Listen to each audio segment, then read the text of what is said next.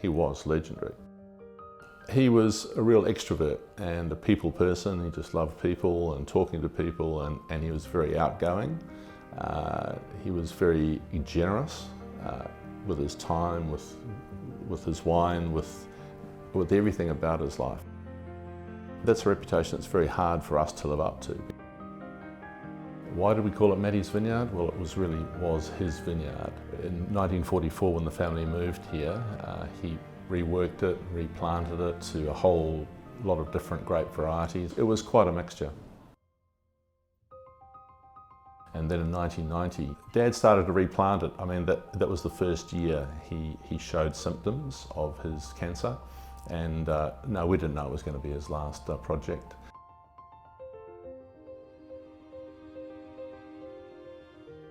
Things accelerated as far as his health was concerned in the next few years, but at least he got to see the early genesis of the vineyard actually taking shape.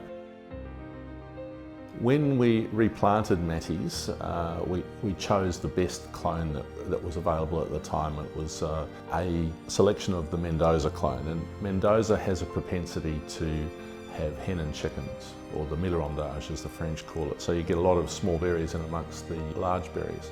So Matty's Vineyard is always the last Chardonnay that we pick because it doesn't ripen that quickly. So by the time we get to Matty's, we've got a pretty good inkling of what the vintage is going to be like.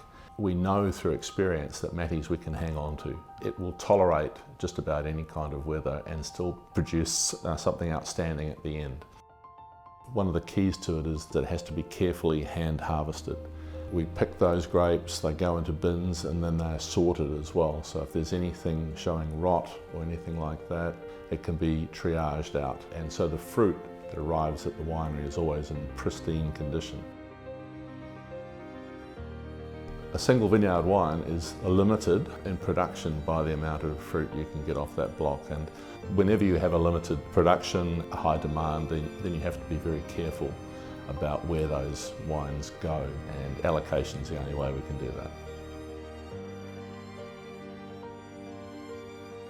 I think my father, if he was alive, would be pleased as punch, so proud, because I don't even think he appreciated just how widespread the appreciation and fame of these vineyards is today. I look back on it now and I'm just amazed at how far and wide that fame has become.